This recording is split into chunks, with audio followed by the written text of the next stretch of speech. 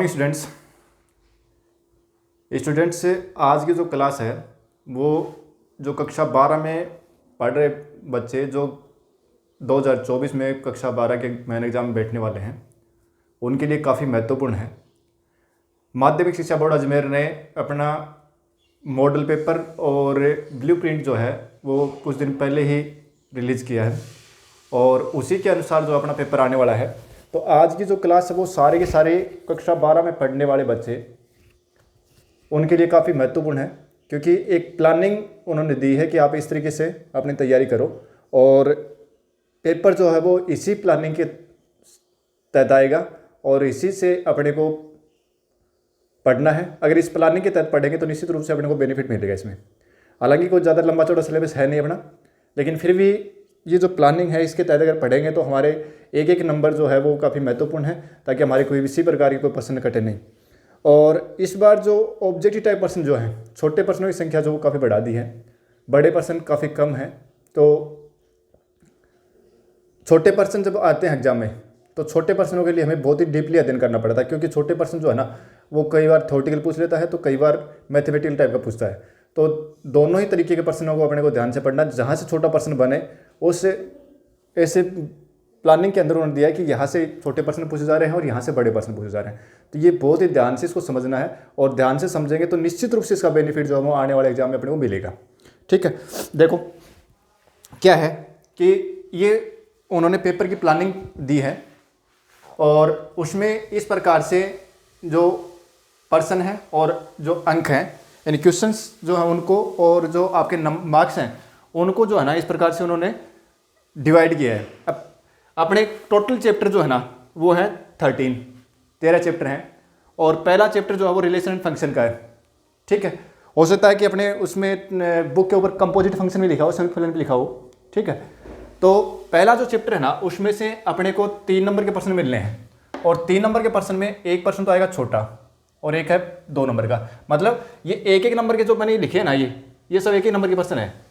ठीक है, और एक एक नंबर के जो प्रश्न है वो कितने होने अपने टोटल देखो 15 तो आने वस्तुनिष्ठ प्रश्न और 7 है रिक्त स्थान के और 10 हैं अति लघुतरात्मक प्रश्न। ये सारे एक एक नंबर के हैं।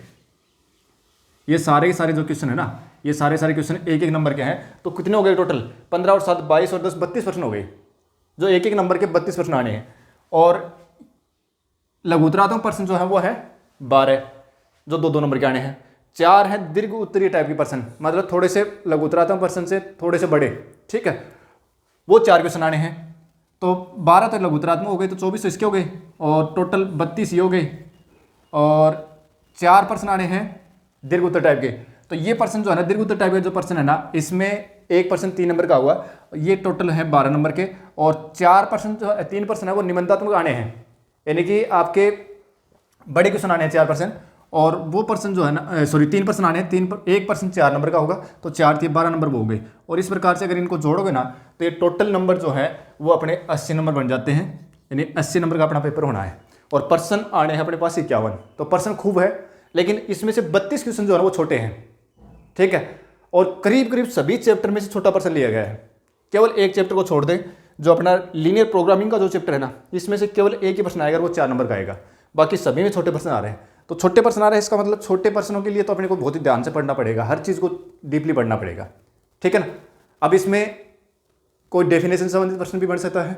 ठीक है ना, या कोई मतलब किसी प्रकार का जैसे क्वेश्चन एग्जाम अपनी जो अक्सर है शुरू होती है उसमें छोटे क्वेश्चन शुरू में होते हैं तो उस टाइप भी बन सकता है, या उस पर कोई परिभाषा पर आधारित प्रश्न भी बन सकता है। ठीक है, तो अपने को सारे चीज़ें हैं उनको ध्यान से इस पढ़ना है। हालांकि सिलेबस अपना थोड़ा है इसलिए बच्चे जो हैं वो अभी तक तैयारी कर चुके हैं, लेकिन इसके तहत जो है वो तैयारी करेंगे, क्योंकि छोटे पर्सन जो है ना इनकी तैयारी अपने को जरूरी है। अब जो तैयारी है वो छोटे पर्सनों की है, बड़े पर्सन तो हो गए तैयार लगभग बच्चों के, क्योंकि सिलेबस थोड़ा है। तो ये चीज़ें जो इसमें मैं बताऊंगा बड़े पर्सन जो 4 नंबर के पर्सन कौन से बनने, 3 नंबर के पर्सन कौन से, तो सारे लगभग बच्चों के तैयार होंगे। संबंध और फलन देखो, इसमें से 2 पर्सन आने हैं, एक नंबर का आना है, एक 2 नंबर का पर्सन आना है। ठीक है, तो देखो सीधा सा पर्सन है। इसमें पहला पर्सन जो 1 नंबर का पर्सन है उसमें हो सकता है कि आपके जो टाइप्स ऑफ फंक्शन है, ठीक है ना, 1 1 है, मैनी 1 है, ऑन 2 है, इन 2 फंक्शन है, इस टाइप के पर्सन से कोई पर्सन पूछ ले। ठीक है, या हो सकता है कोई कंपोजिट फंक्शन संबंधित कोई पर्सन पूछ ले। ठीक है, तो कंपोजिट से पर्सन पूछा जाएगा तो या आपका टाइप ऑफ फंक्शन से अगर पूछा जाएगा 1 when 1 on 2 into, तो इनमें से दोनों की संभावना बनती है कि दोनों में से छोटा पर्सन भी इसमें बन सकता है और बड़ा पर्सन भी इसमें बन सकता है। इनवर्स फंक्शन भी इसमें है, ठीक है, तो वो भी बन सकता है। तो एक छोटा पर्सन आना है और एक लघुतरात्मक टाइप आना है, 2 नंबर का आना है, टोटल 3 नंबर के पर्सन इसमें से आने हैं, 2 पर्सन इसमें मिलने हैं, ठीक है। थोड़ी सी थ्योरेटिकल टाइप की प्रश्नावली है, तो इसको अपने को थोड़ा ध्यान से पढ़ना है।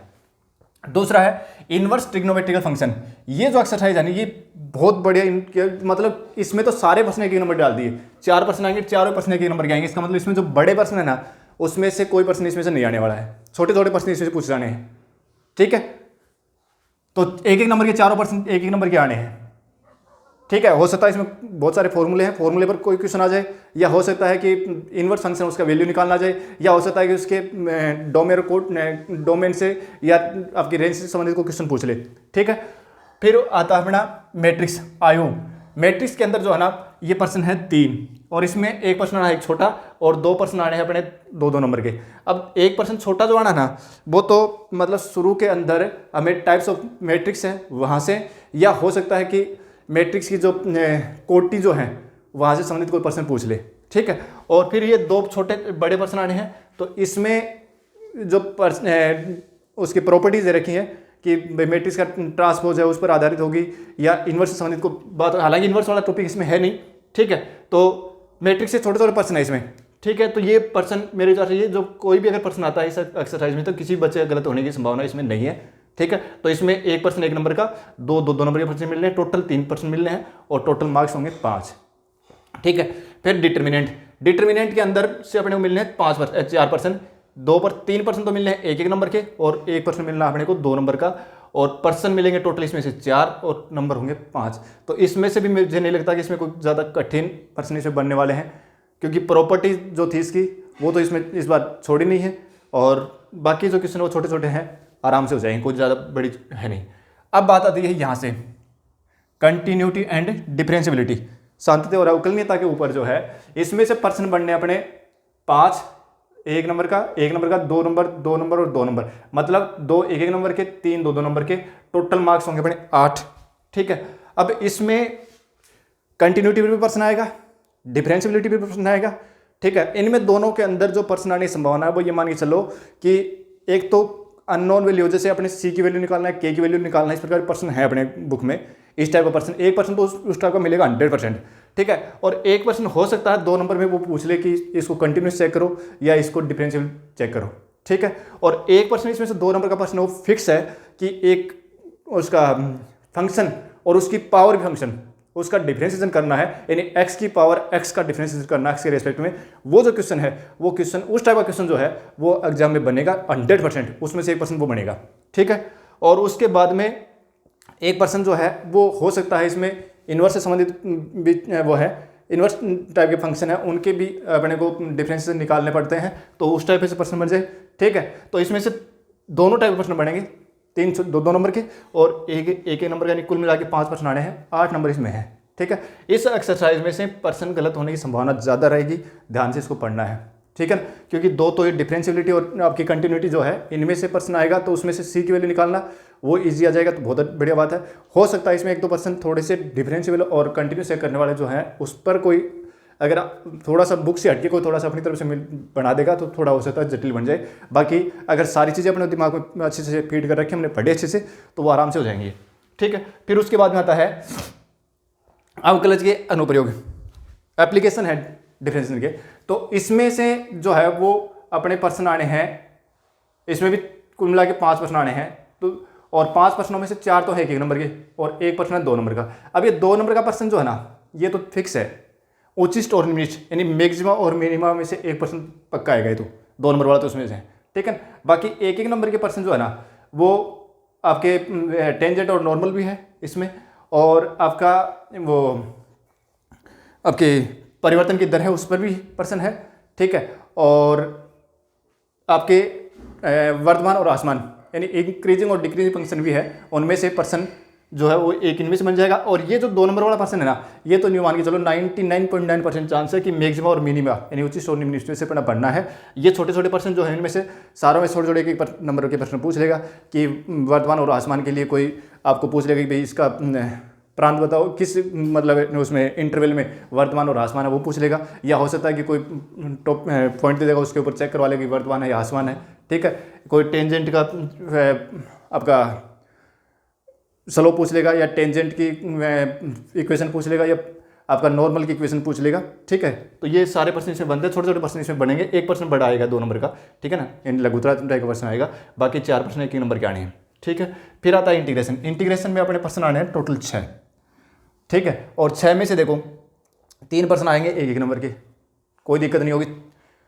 एक प्रश्न आएगा 2 नंबर का। अब ये 2 प्रश्न है, इसमें एक 3 नंबर का, एक 4 नंबर का, दोनों में ही अपने स्टार लगवाया। इसका मतलब और का ऑप्शन है, मतलब अथवा मिलेंगे, 2 प्रश्न मिलेंगे, उसमें से एक आप को करना है और एक छोड़ना है। तो अथवा में तो ये तो और बढ़िया काम हुआ, तो 2 प्रश्न मिलेंगे, इसमें से दोनों में ऑप्शन और का ऑप्शन है।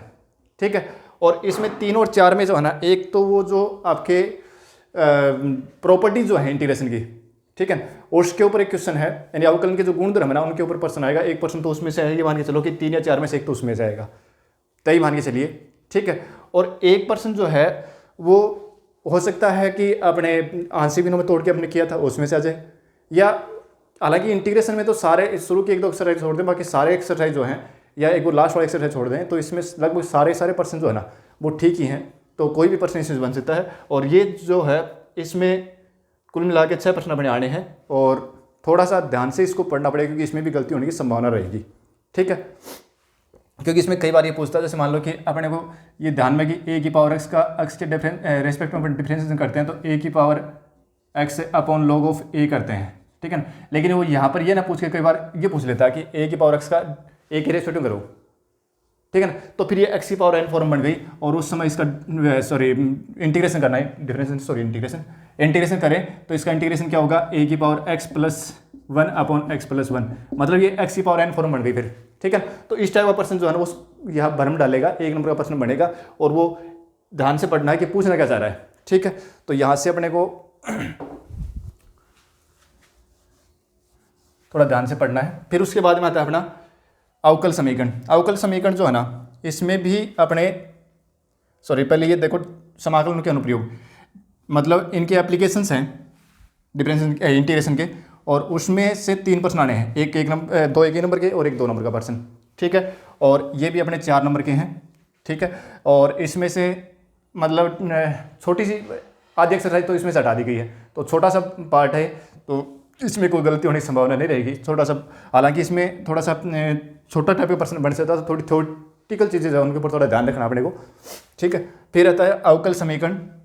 अवकल समीकरण के अंदर अपने प्रश्न आने हैं 4, और ये प्रश्न है टोटल 6। इसमें से 3 नंबर का जो प्रश्न है इसमें और का ऑप्शन है, और इसके लिए तो आप तय मान के चलो कि ये बड़े वाले प्रश्न है नहीं, तो अपने को पता चल जाएगा लोग कहाँ से पूछे जाएंगे। इसमें से एक तो आपका जो लीनियर डिफरेंशियल इक्वेशन है, रेखिक अवकल समीकरण, उसमें से, और एक आपका समघात अवकल समीकरण। ठीक है, उन दोनों में से ये प्रश्न बनेगा। ठीक है ना, और का ऑप्शन है, हो सकता है दोनों में से एक आ जाए, और नहीं एक तो पक्का आएगा इनमें से, फिर एक शायद हो सकता है इसके साथ कोई और दूसरा जोड़ दे, लेकिन या तो लगभग 99.9% चांस ये मान के चलिए कि ये दोनों में से लीनियर इक्वेशन और आपके जो समघात अवकल समीकरण जो है ना, उसके अंदर से दोनों में से और का ऑप्शन है, दोनों में से एक समघात में मिलेगा और एक आपका रेखिक अवकल समीकरण में से, दोनों में से एक करो और अपने छुट्टी करो। ठीक है, और बाकी एक नंबर के प्रश्न, एक प्रश्न पूछ लेगा कि भाई आपका कोटि और वो डिफरेंशियल इक्वेशन की घात और कोटि ज्ञात करना। ठीक है, और हो सकता है कि आपसे पूछ ले कि कोई छोटा सा डिफरेंशियल इक्वेशन दे के उसकी सोल्व करना पूछ ले, तो इस टाइप के प्रश्न इसमें बनने 3 प्रश्न तो बनने 1 नंबर के, और एक बनना 3 नंबर का प्रश्न। ठीक है, फिर आता है अपने वेक्टर अलजेब्रा। वेक्टर अलजेब्रा के अंदर और अपने प्रश्न आने हैं, इसमें 6 प्रश्न हैं। अब 5 प्रश्न तो इसमें 1 नंबर के, और एक प्रश्न 2 नंबर का। अब ये बहुत ईजी एक्सरसाइज है, ठीक है, लेकिन ईजी है, साथ में प्रश्न ज़्यादा है 1 नंबर के। ठीक है, तो संभावना यहाँ बन जाती है गलती होने की। तो इस एक्सरसाइज में से सबसे ज़्यादा प्रश्न पूछे जाने 1 नंबर के, तो इस एक्सरसाइज को हमने वे एक भी लाइन नहीं छोड़ने, या बहुत ही ध्यान से इस एक्सरसाइज को पढ़ना है ताकि कहीं से भी कोई प्रश्न बने, क्योंकि इसमें 5 प्रश्न छोटे बनने हैं। ठीक है, छोटे छोटे 5 प्रश्न बनने हैं, तो हो सकता है कि कोई थ्योरेटिकल टाइप का प्रश्न अगर पूछ लेगा तो हमारे सामने समस्या पैदा नहीं हो, हमारा प्रश्न गलत नहीं हो। ठीक है, और 2 नंबर का जो प्रश्न है वो तो A×B या A.B इनके ऊपर आधारित कोई इनको प्रश्न मिलेगा। ठीक है, फिर आता है अपना 3 डायमेंशनल ज्योमेट्री, त्रिविमीय ज्यामिति। इसमें से प्रश्न आने हैं अपने 4, एक नंबर का, दो 1 नंबर के, एक 3 नंबर का और एक 4 नंबर का। ठीक है, टोटल नंबर होंगे इसके अपने 9, सबसे ज़्यादा नंबर है इसमें, 9 नंबर की प्रश्नावली है। अब इसमें देखो एक 3 नंबर का प्रश्न आना है और एक 4 नंबर का प्रश्न आना है। अब 4 नंबर का प्रश्न जो है ना, 3 नंबर और 4 नंबर में से एक प्रश्न जो है वो तो तय मान के चलिए कि 2 रेखाओं के बीच की लघुत्तम दूरी, और वो प्रश्न तो पक्का है। ठीक है ना, एक तो, और एक प्रश्न जो है वो हो सकता है कि रेखाओं के समीकरण से संबंधित कोई प्रश्न बन जाए, 2 रेखाओं के बीच में कोण, क्योंकि ये चैप्टर काफ़ी लंबा चौड़ा, प्लेन इसमें से हटा दिया गया है, तो प्लेन तो इसमें है नहीं, लाइन से प्रश्न आएंगे सारे। ठीक है, तो लाइन से प्रश्न आएंगे, तो लाइन को ज़्यादा कठिन इसमें है भी नहीं। ठीक है ना, रेखाओं के आपके लंबवत होने की कंडीशन, पैरेलल होने की कंडीशन, उस कंडीशन पर कोई प्रश्न बन जाए, और एक प्रश्न जो है वो तो बड़ा फिक्स है कि 2 रेखाओं के बीच की न्यूनतम दूरी ज्ञात करनी है, वो चाहे आपके वेक्टर फॉर्म में आए, चाहे कार्टेशियन फॉर्म में आए, कौन सी भी आए। ठीक है, और ये जो लीनियर प्रोग्रामिंग है ये फिक्स है, एक ही प्रश्न है, एक ही एक्सरसाइज है अपने पास, क्योंकि इसमें ग्राफिकल मेथड है अपना, और उसमें भी सीधी अपने पास जो समीकरण जो बना के दे रखी हैं, यानी आपके उद्देश्य फलन जो है वो, और आपकी जो समीकरण बना के दे रखी हैं। ठीक है, तो उसमें विवरोध जो बना के दे रखे हैं, तो उसमें कहीं कोई दिक्कत नहीं आएगी, आराम से जो है वो अपने को ग्राफ बनाना है और आंसर निकालना। एक ही प्रश्न है 4 नंबर का, इसमें भी और का ऑप्शन है। ठीक है, इनमें भी दोनों में और का ऑप्शन है, ये स्टार लगाओ ना, और का मतलब तो हम प्रश्न आएंगे। ठीक है, अब आती है प्रायिकता, प्रोबेबिलिटी जो है ना, प्रायिकता के अंदर अपने 1 नंबर 2 तो 1 नंबर के हो गए, एक 2 नंबर का होगा, एक 3 नंबर का होगा। 3 नंबर का प्रश्न जो है ना, इसमें अथवा में ऑप्शन है, और ये मान के चलिए कि लगभग बेस भर में से आएगा। ठीक है, बेस भर में ही थोड़े प्रश्न बड़े बनते हैं, बाकी आपके उससे आगे वाला चैप्टर है वो तो दिया था। ठीक है ना, बर्नौली परीक्षण था वो भी हटा दिया, और आपके उसके यादृच्छिक चर और उसका प्रायिकता बंटन वो भी हटा दिया, तो वो तो बढ़ने वाले नहीं है। इसमें अपने कंडीशनल प्रोबेबिलिटी और बेस थ्योरम, इसी के ऊपर प्रश्न बनेंगे, छोटे छोटे प्रश्न बनेंगे इसमें से, और गलती होने की संभावना ज़्यादा रहेगी इस एक्सरसाइज में। ठीक है, तो ये अपना कुल मिला करके और 80 नंबर का पेपर होना है। इस प्रकार से अंकों का डिवाइड किया गया है। टोटल 51 प्रश्न आने, प्रश्न बहुत ज़्यादा हो गए। छोटे प्रश्न जो 32 हो गए 1 नंबर के, और ये 1 नंबर के जो प्रश्न है ना, यही प्रश्न जो है वो दिक्कत पैदा करेंगे, क्योंकि इसमें कोई ना कोई प्रश्न ऐसा पूछेगा जहाँ से अपनी गलती होने की संभावना रहेगी। बड़े प्रश्न में गलती होने की संभावना कम रहती है, क्योंकि बुक में से हमारे सारे बड़े क्वेश्चन जो है ना अपने सोल्व किए होते हैं, तो इसमें आराम से अपन कर लेते हैं। ठीक है, और छोटे क्वेश्चन जो है ना अपन कई बार क्या है कि ध्यान नहीं जाता उस चीज़ के ऊपर, तो हमें जहाँ जहाँ से छोटे प्रश्न बन रहे हैं, 1 नंबर के प्रश्न बन रहे हैं, ज़्यादा 1 नंबर के प्रश्न जहाँ बन रहे हैं, वहाँ पर अपने को बहुत ही बारीकी से अध्ययन करना है कि किस टाइप के क्या क्या प्रश्न बन सकते हैं। फिर एक इसी के साथ इन्होंने मॉडल पेपर डाला है। ठीक है ना, माध्यमिक बोर्ड अजमेर ने अपना मॉडल पेपर डाला है कि भाई इस टाइप का पेपर हम आने वाले एग्जाम में देने वाले हैं। तो वो मॉडल पेपर जो है वो अपने स्कूल में, और या तो टीचर्स बता देंगे, नहीं आप किसी भी उस पर जा करके साइट के ऊपर और उसको डाउनलोड कर लें और उसको सोल्व कर लें। उसके आधार पर अपनी जो आगे की तैयारी है वो तैयारी करें, क्योंकि पढ़ना तो वो लोग पढ़ लिया अपन ने, अब अपने रिवीजन चल रहा है सभी का, किसी का कोई सिलेबस बाकी नहीं है, तो रिवीजन चल रहा था। रिवीजन के अंदर हमें उसी के अकॉर्डिंग अपनी तैयारी करनी है, ताकि अपने जो मार्क्स हैं वो एक अच्छी परसेंटेज अपने को 12वीं क्लास में देखने को मिले।